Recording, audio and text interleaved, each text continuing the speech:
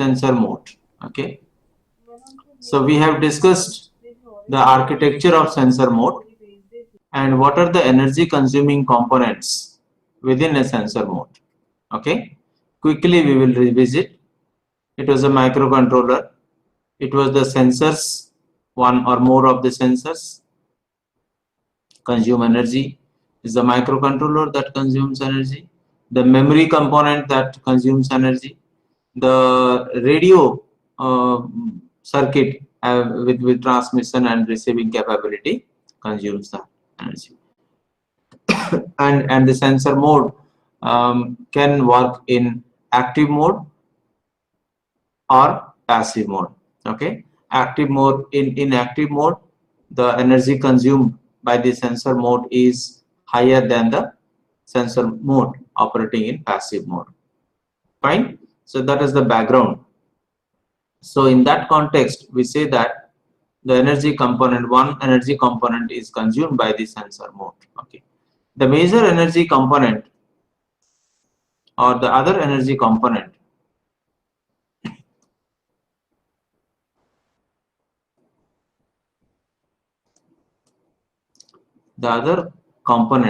of the total energy consumed by sensor mode is on transmission and transmitting, receiving and channel sensing,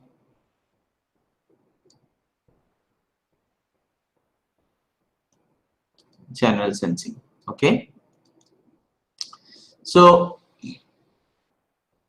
for every bit of data that the sensor mode transmits or receives, there is an amount of energy consumption. So the total energy consumption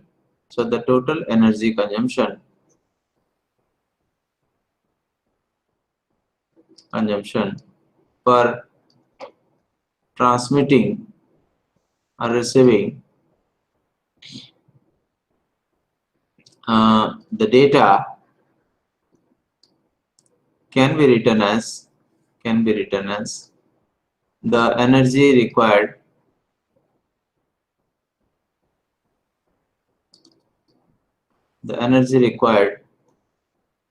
to transmit or receive one bit of information or data multiplied by the number of bits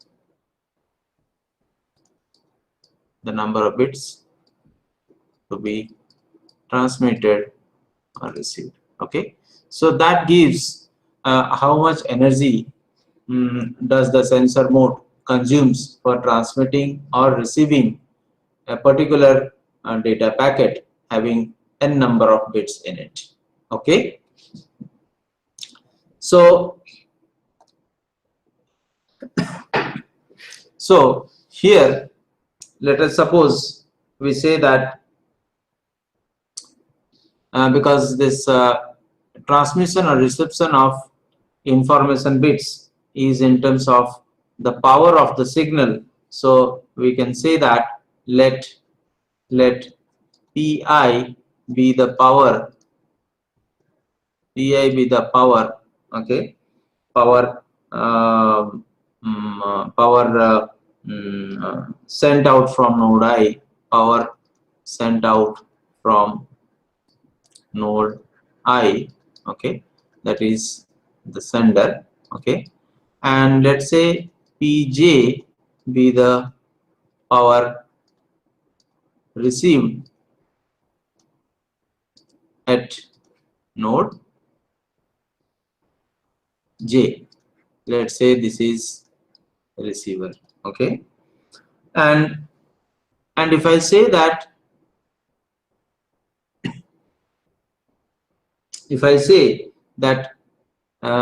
what is the amount of power received at node j, then I can write pj is equal to beta pi over d ij to the power alpha. Okay, which means pi pj is over, and dij is the distance between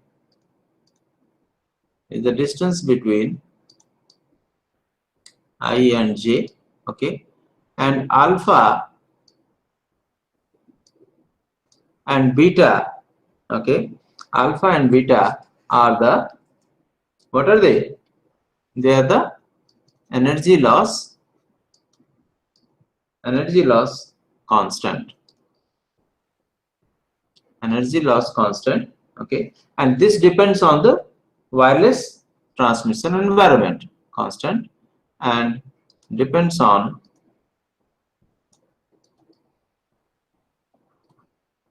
the wireless transmission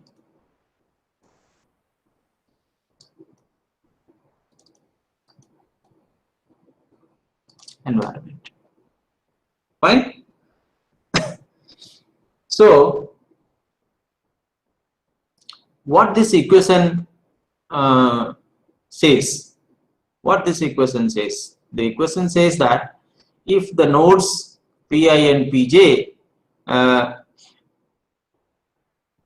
is large, the distance between them is large. You see the denominator of this equation. If it is large, then obviously pj will be, the amount of energy that pj receives will be small.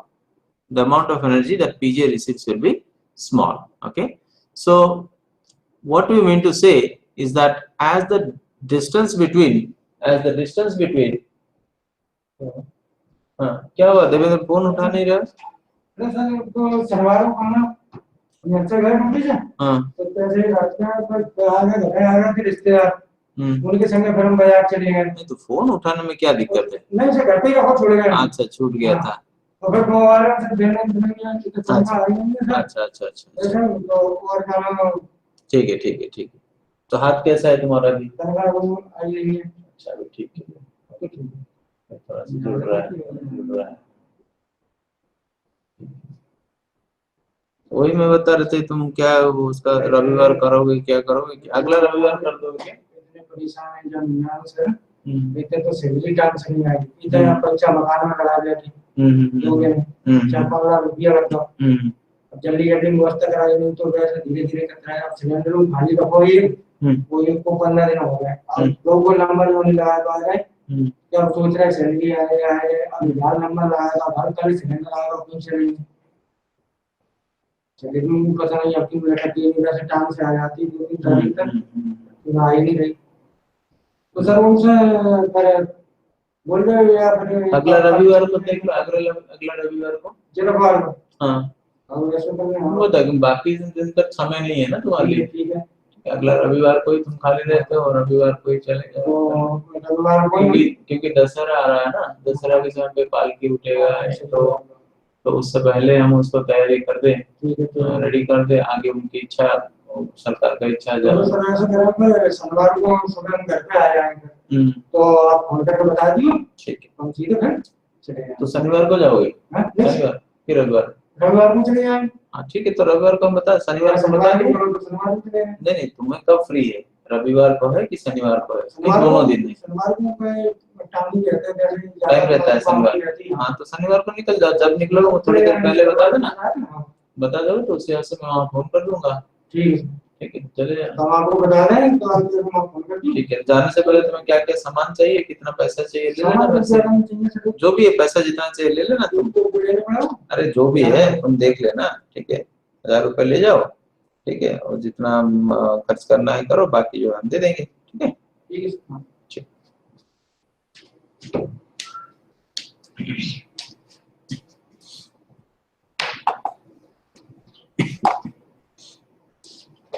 Right? Sorry student, there was one the carpenter came, institute carpenter. So anyway, so look at this equation. As I was saying that as the distance between nodes I and j increase, obviously the power received at node j will be less. Okay, will be less. Now if you want the receiving node to reconstruct the signal properly,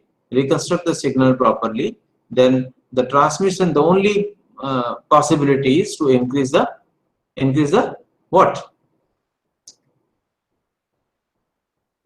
Students, are you understanding? Are you getting what you are discussing? Yes, sir. Yes. Basically, what I am saying is trying to say is that if this is Pi, let's suppose this is I and J. What I am saying is I and J, okay. And if this is the distance, Ij, okay, distance Ij. Now, if it is, and this is sending Pi and this is sending Pj, okay. So you know that for the receiver to reconstruct the received signal properly, it must have some minimum power level in that. Okay. Now, if in that case, if the distance is more, obviously Pj will be less than the minimum required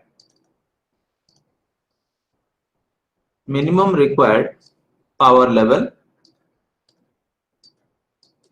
to reconstruct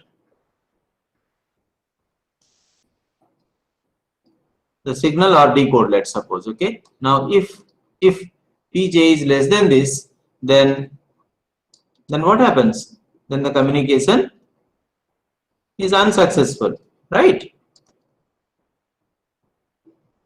Communication is unsuccessful in the sense that Pj is not able to reconstruct the signal.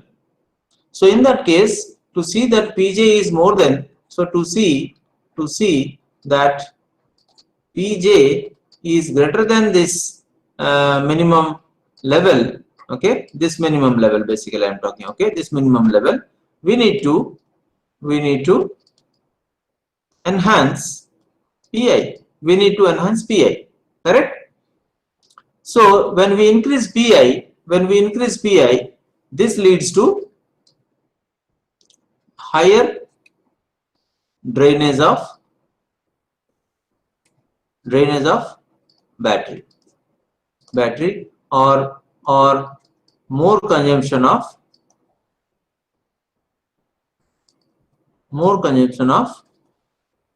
energy, right? So what we are trying to say that more consumption of energy means, or we can say less network lifetime or node time.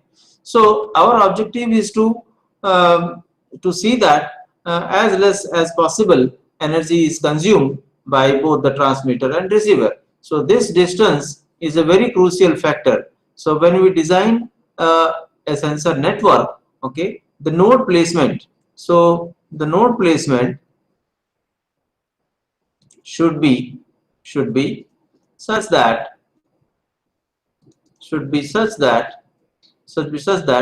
this Dij, the Dij is optimum, right? Optimum in the sense what? It should be I mean the nodes must be consuming minimum energy, for transmission and reception. The placement should be done, right, students? So one aspect is the node placement. Should be optimum. Node placement should be optimum, so that this Dij will be optimum, and so the energy consumed by the nodes will be minimal, right? Which means to say that the power settings will be minimal. Clear, students? Any questions here? No, sir. Okay. So another aspect here is, so we said that the other component of energy consumed by is the transmission reception. We are done with this. Second, the third one is the channel sensing, right? The channel sensing. So in the last class we discussed that the nodes spend energy in channel sensing, right? So nodes spend energy in sensing the channel, So how can we minimize this? How can we minimize spending energy? If we can minimize the channel sensing, right? So nodes channel sensing energy can be minimized only if we can find effective methods to sensing the channel. So through efficient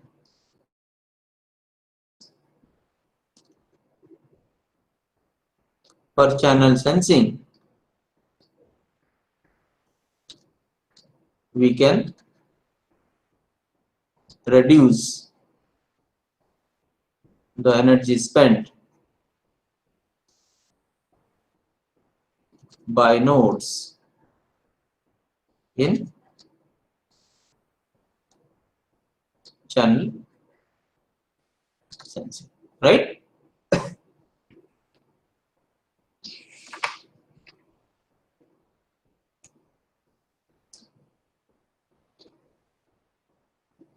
So overall, what we mean to say here is that the medium access control design, so conclusion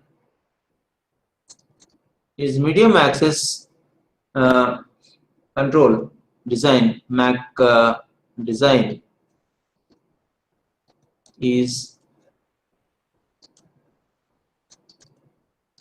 challenging in WSNs, right?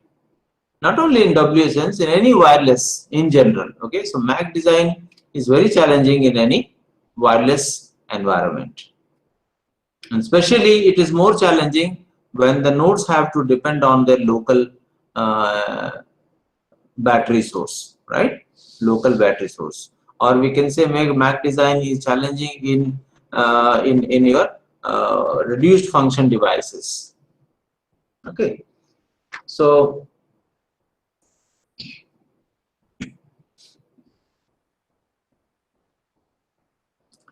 these challenges can be due to resource constraint. Resource means here you can say the battery, specifically the battery and the computing capability, the bandwidth, storage space, everything while devising the MAC protocol. So resource constraints. So what we mean here,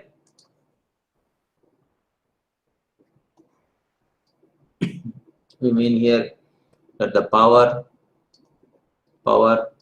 then the bandwidth, then computing capability,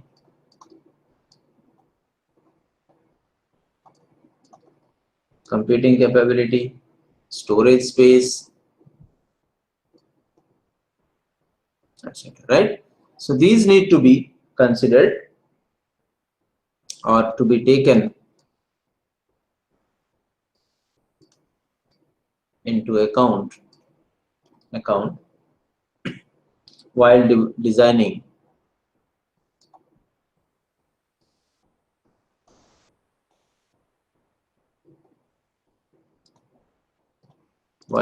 the MAC protocols, right? And the second one is the signal loss in the wireless channel. Okay, so this is another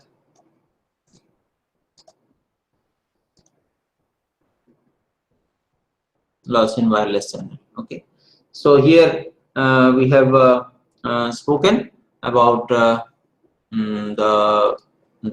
what is that equation? Pj is equal to beta pi over dij to the power alpha, right? Here we discussed already. So here we need to consider the losses due to attenuation, signal losses due to attenuation, attenuation, because as the distance increases, the signal strength becomes poor.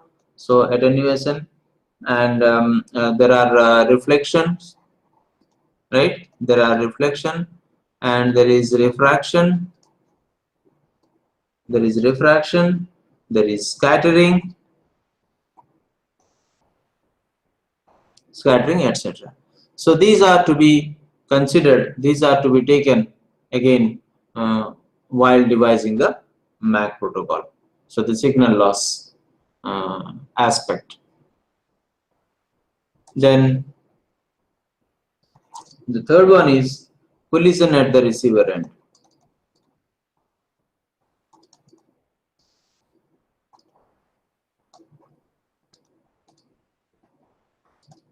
Collision at the receiver end. What is this? Collision at the receiver end.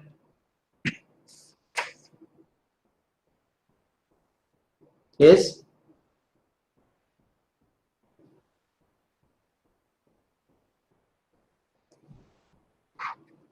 Students, what is collision at the receiver end?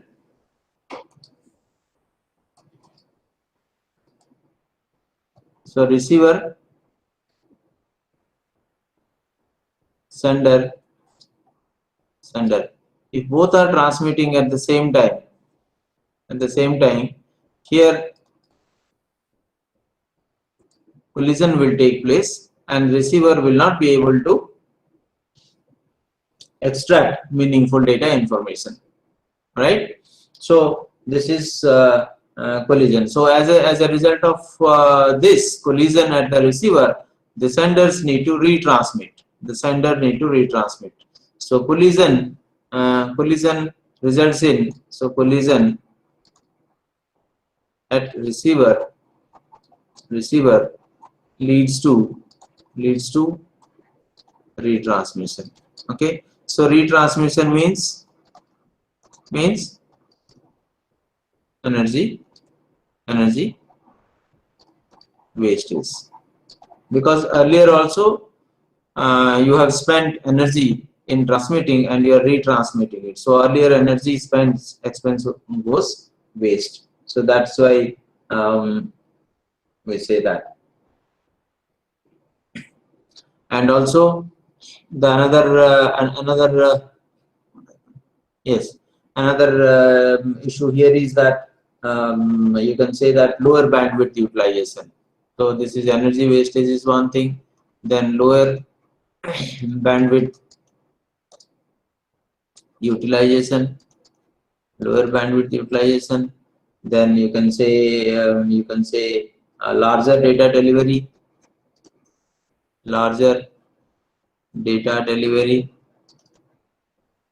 latency, etc. Okay.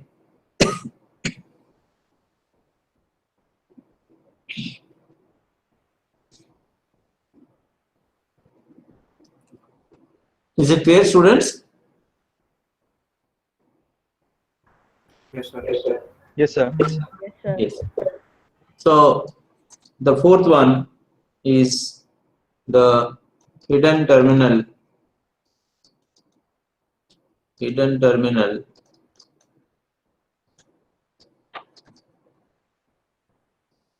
and exposed terminal problem.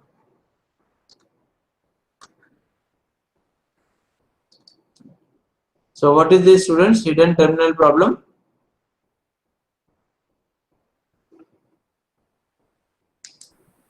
Sir, when there is two senders and one sender is not knowing the other one is sending the data to the receiver end. Okay. So which means if two nodes, let's suppose this is 1 and 2, sorry, two nodes are not in the communication range of each other, right? Not in the communication range of each other.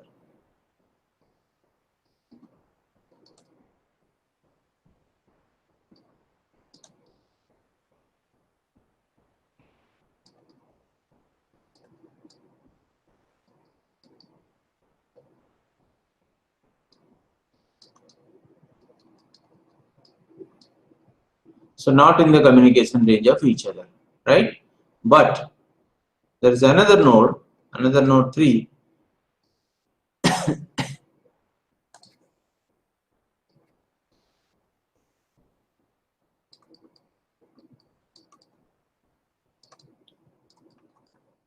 whose communication range is overlapping with that of others, right? So if one is communicating with 3, if one is communicating with 3, and since 2 and 1 are not aware of each other's access to the channel, so 1 will begin transmitting and 2 will also begin transmission. So at this point, what will happen? Collision, right? So 1 and 2 cannot see each other, okay, cannot see each other, and they will understand that medium is free, and they will begin to communicate. So there will be collision at 3, right? So since 1 and 2 are hidden from each other, we call this as hidden terminal problem. So hidden terminal problem causes collision. Is that you're speaking? Yes, sir.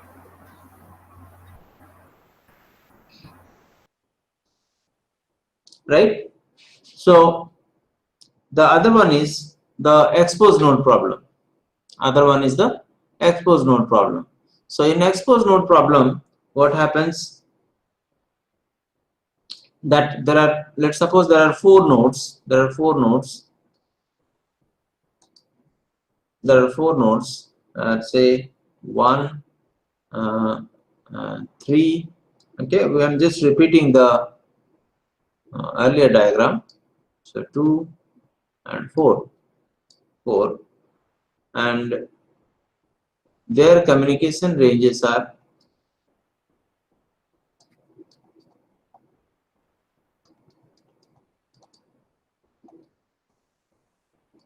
the neighboring nodes communication ranges are overlapping.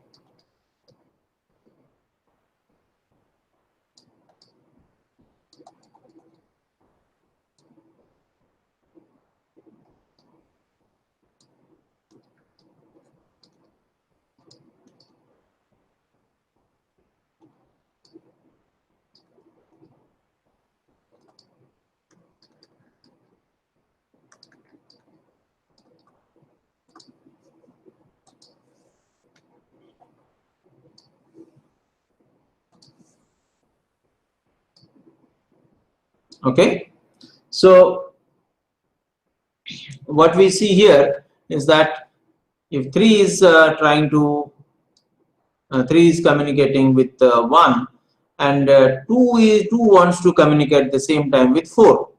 3 is currently communicating with 1, and 2 wants to communicate with 4. Now what happens? 2 will when 2 will start transmitting or accessing the channel, there will be a collision, right? So this communication between 3 and 1 prevents 2 to 4 communication, right? So this is called exposed node problem. Because of this communication between 3 and 1, the node 2 is exposed to this communication, so node 2 is prevented from communicating with 4, which means the channel underutilization. Okay, so this is known as exposed node problem, right? This is known as exposed node. So the channel, node 2 is prevented from sending to 4, right? Is it clear? Yes, sir. Yes, sir. Yes, sir. Okay. So what are the schemes used to deal with hidden node, hidden terminal and exposed terminal problems? What are the schemes used? Are you able to recall RTS and CTS control signals? Yes, sir. Yes. Yes. So request to send and clear to send. So through proper orchestration of these control signals, this hidden terminal problem and exposed terminal problems can be addressed. Okay. So what we try to understand in this discussion is that energy is a major component that need to be considered while designing any algorithm meant for wireless sensor network, right? Because one component is consumed, one component of energy is consumed by the sensor mode hardware, right? And the other energy component is consumed by the radio unit of the sensor mode in transmitting, receiving, and channel sensing. So transmitting and receiving, you cannot control much except finding an optimal distance between the communicating nodes, right? Communicating nodes. Beyond that, you don't have any control on that. And also, it depends on how many bits you are transmitting or how many bits you are receiving, right? So there is no much scope except for designing some efficient radio protocols. I mean, radio, what is that? Radio circuits, right? But there is ample scope in channel sensing, how you can control the energy. So this is what we have discussed. That's why the discussion on the power consumption or regulating the power consumption by sensor mode majorly lie through the uh, designing MAC protocols. Okay, MAC protocols. And designing MAC protocols, what are the challenges or what are the aspects one need to keep in mind, and how they are directly related in a MAC, in designing MAC protocol, that also we have seen. Correct?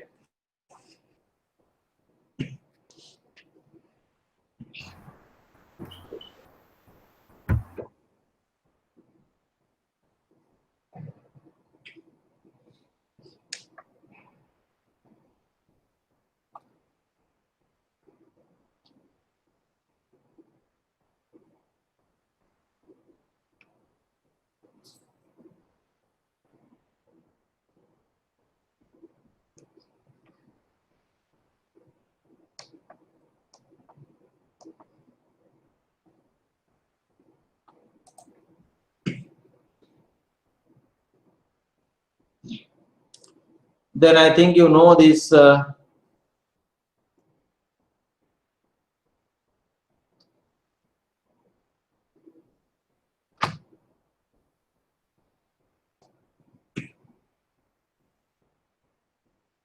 direct sequencing spread spectrum, right? Direct sequencing spread spectrum and frequency hopping.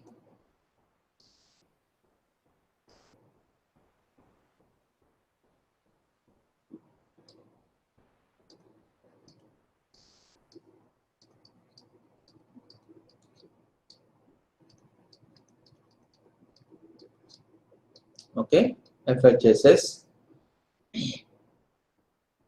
and then your infrared,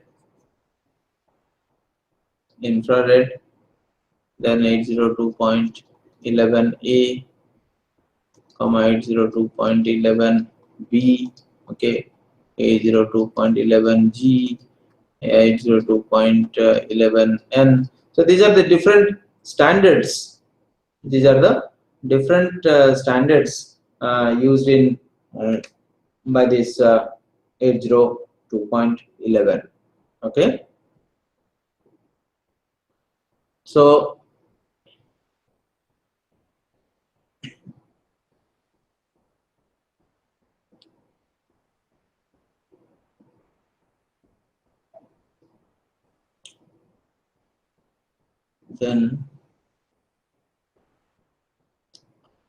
then we'll study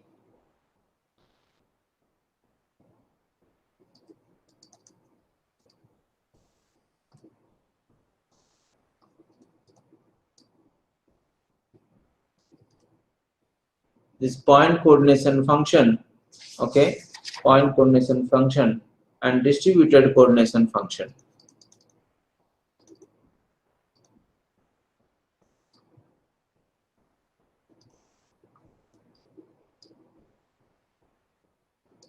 So these two basically says about how the way they say that the way the nodes are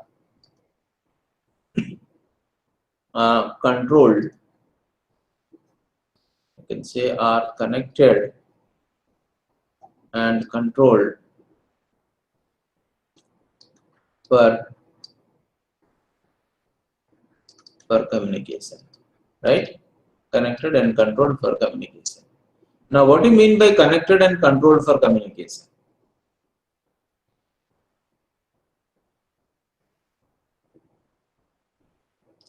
What do you mean by connected and controlling the nodes?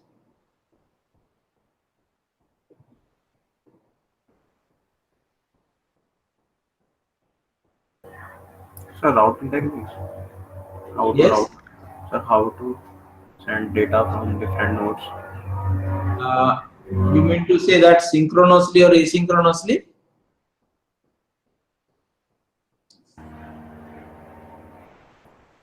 Yes, sir. Synchronously or asynchronously. So what do you mean by synchronous communication? Sir, fixed sizes of data. What else?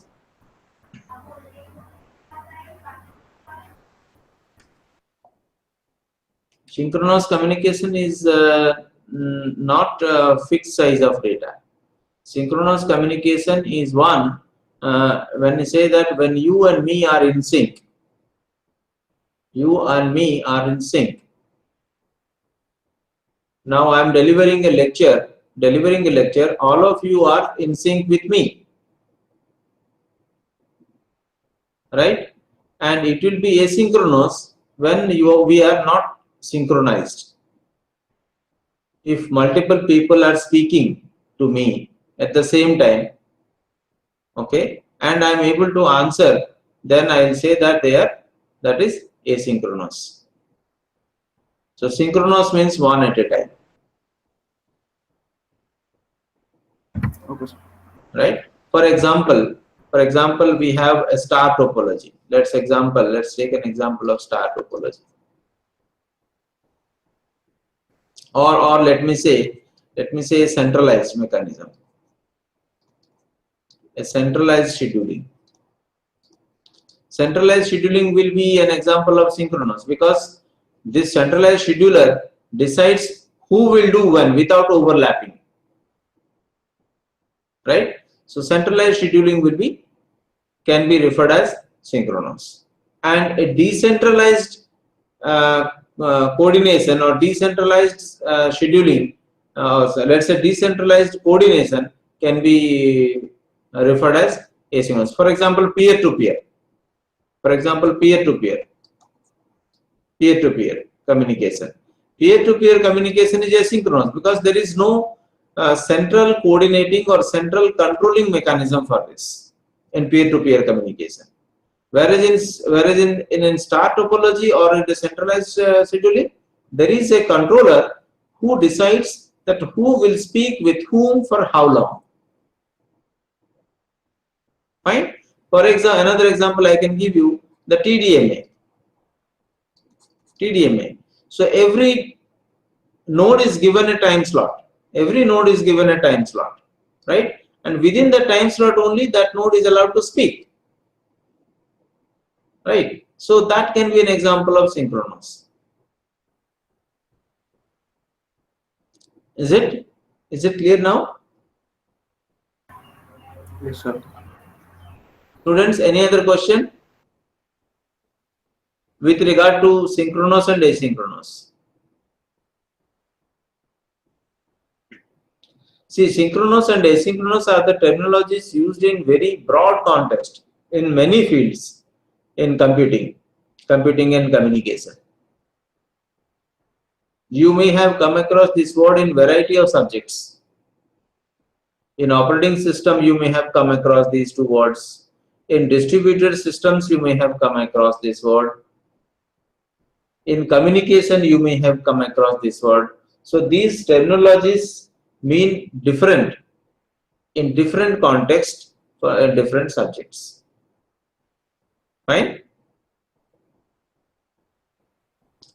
So in point coordination function, right?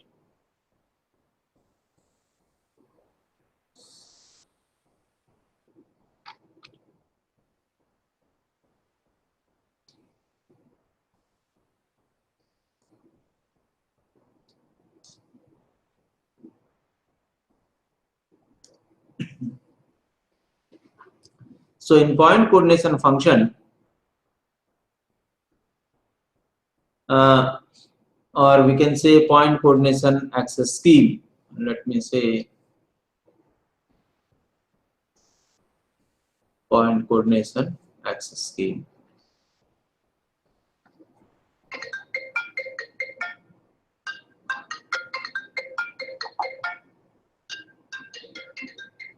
हाँ पर नमस्ते. हाँ थोड़ी देर में आ जाओ, 10 minute में आ जाओ.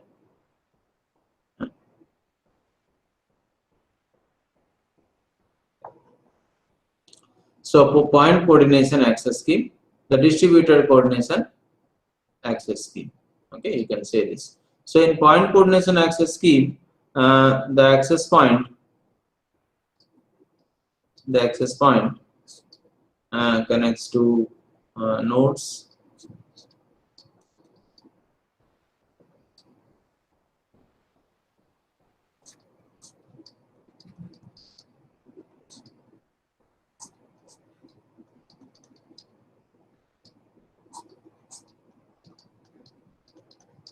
Right? Nodes.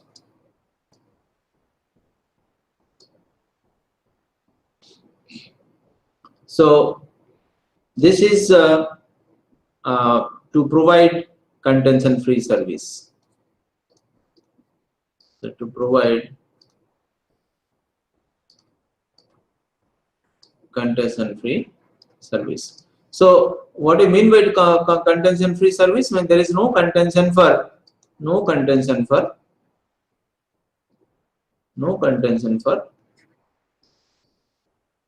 channel access. For example, in TDMA. Right? In TDMA, when time slot is given to each node, then those nodes will wake up corresponding to the time schedule. Right? Corresponding to the time schedule. For example, अगर ये चीज है 1, 2, 3, 4. Okay. So this is for 1, this is for 2, this is for 3, and this is 4. Okay. So this is wake up time. Wake up and then sleep. Right? So for node 1, this is the active period. So active period. And for 2, 3, 4, okay, for the duration of 2, 3, 4, for the duration, this much of duration. Are you following, students? Yes, sir. Yes, sir. Yes, sir. So for node 1, this is the active period.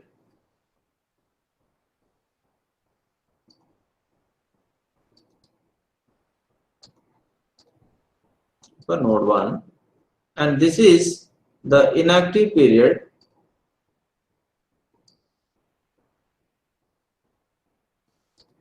for node 1. Once the node 1's active period is over, it will go on to sleep. Then node 2 will become active, and this will be sleep time for node 2, and node 3, node 4. Like that, nodes 1 through 4 will enter into active and sleep mode, the manner how the schedule is given. So this is sleep. We can say this is a sleep and wake up schedule. wake up schedule of the nodes provided by the core point. So as a result of this sleep and wake up schedule provided by the access point, what happens? These nodes do not access the channel simultaneously. Since they do not access the channel simultaneously, obviously there will be no multiple access. And since there is no multiple access, obviously there will be no collision. There will be no retransmission. So there is energy conservation. So through point coordination function or through point coordination access scheme, it is possible to avoid collision, thus by wasting energy. Right? Similarly, the distributed coordination scheme basically says that the nodes can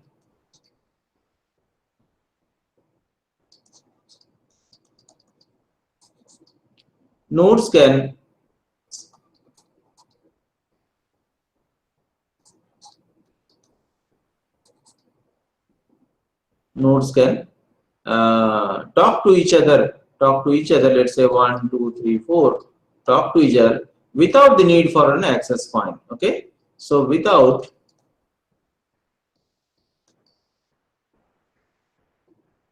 the need for a central access point or coordination mechanism, right? Then how will they do? There is no central mechanism. Then how will they communicate with each other without collision? How is it possible? This is possible through RTS CTS schemes. You see this one. You see that in these cases, there is no central coordination scheme, or there is no point coordination scheme. But still, these nodes are able to communicate with each other. Correct or not? Yes, sir. So we can say that through request to send and clear to send kind of control signal mechanism, it is possible to implement distributed coordination access scheme, right?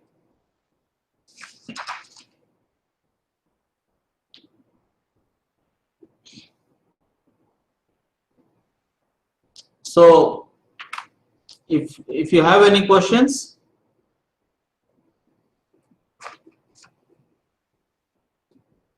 else we will stop here. Students,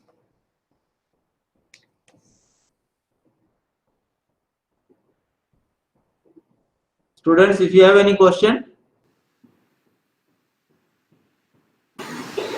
No, sir. Okay. Roll number 1, Pratik.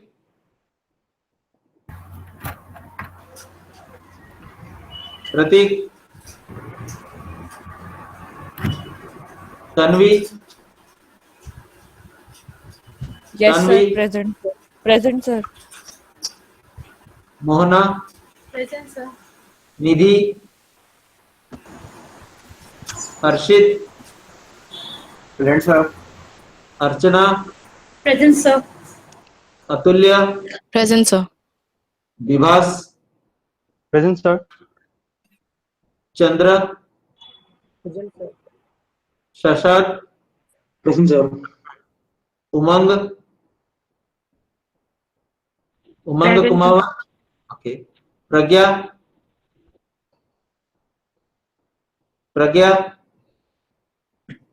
Mamun. Yes, sir. Ujjwal. Present, sir. Okay. See, one important announcement. that I will be giving one course for you from Coursera. Okay. So that will be as an assignment for you, and you have to do it on self-learning mode. Coursera, you attend that, it's free, and take the exam there and obtain grades. And based on the grades you obtain, accordingly I will allot marks to you from the assignment component. Okay. So let's suppose the assignment component. So let's suppose the assignment component is 20, and you obtain A grade, then you will get 20 out of 20, right? Correct? Right, sir. Okay, I will give you that. I will share with you that, and it's a very advanced, very emerging topic, and that will help you to understand the emerging industry trends. Okay. Fine. Thank you. Thank you. Sir Yes. Sir वो notes wireless sensors के first के में आया sir जो आपने कहा था Notes का सर जो वायरलेस के जो फर्स्ट 2 लेक्चर्स हुए थे सर उसके कोई भी सर नोट्स पीडीएफ नहीं मिली है हाँ हाँ मैं दूंगा मैं एक किताब का स्कैन करके मैं देने का कोशिश कर रहा हूँ ठीक है okay sir okay right thank you right thank you Thank you, sir.